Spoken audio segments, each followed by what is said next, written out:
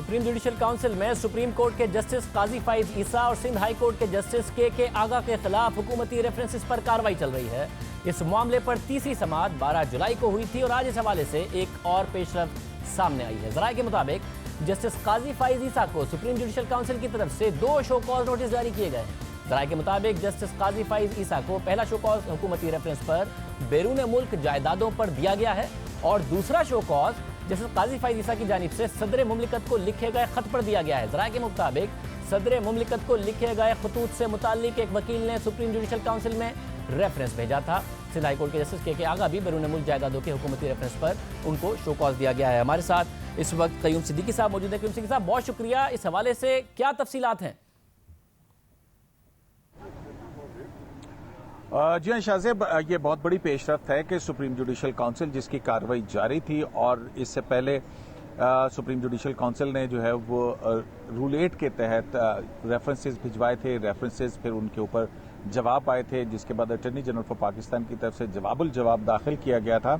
अब जो है वो बड़ी खबर आई है और वो बड़ी खबर ये है कि सुप्रीम जुडिशल काउंसिल ने ये फैसला किया है कि इन दोनों जजेस के खिलाफ जो है वो कार्रवाई आगे बढ़ाई जाएगी।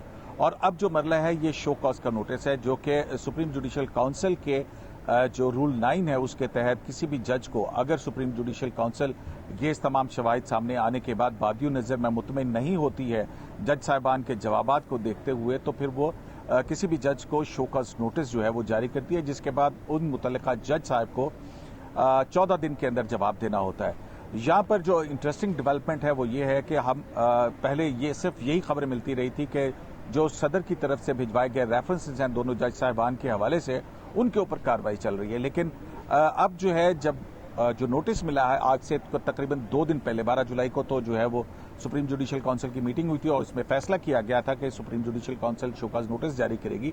लेकिन जो फॉर्मली नोटिस जारी किए गए और जो उनको मिल चुके हैं जस्टिस काजी फाइज ईसा को, वो 2 नोटिस हैं।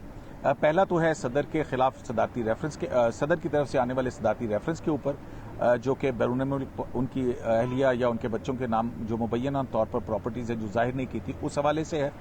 जबकि जो दूसरा शोकॉज नोटिस है वो एक गुमनाम वकील हैं, उनकी तरफ से एक दरख्वास्त आई थी सुप्रीम जुडिशल काउंसिल को कि जस्टिस काजी फाइज ईसा ने जो खत सदर मुमलिकत को लिखे हैं, आपको याद होगा कि जस्टिस काजी फाइज ईसा ने पहले खत लिखा था कि उनको रेफरेंस की कॉपी मुहैया की जाए। फिर जो दूसरा खत था उस दूसरे खत के अंदर जस्टिस काजी फाइज ईसा ने यह भी कहा था कि प्राइम मिनिस्टर ऑफ पाकिस्तान ने यह मंजूरी देते हुए उनके खिलाफ रेफरेंस की, तो ये भी देखा होगा कि उनकी जो बेगमात हैं और उनके जो बच्चे हैं उनकी क्या उन्होंने कभी जायदादों की तफसीलात जो है वो जाहिर की थी। तो इस खत के बाद जो है वो एक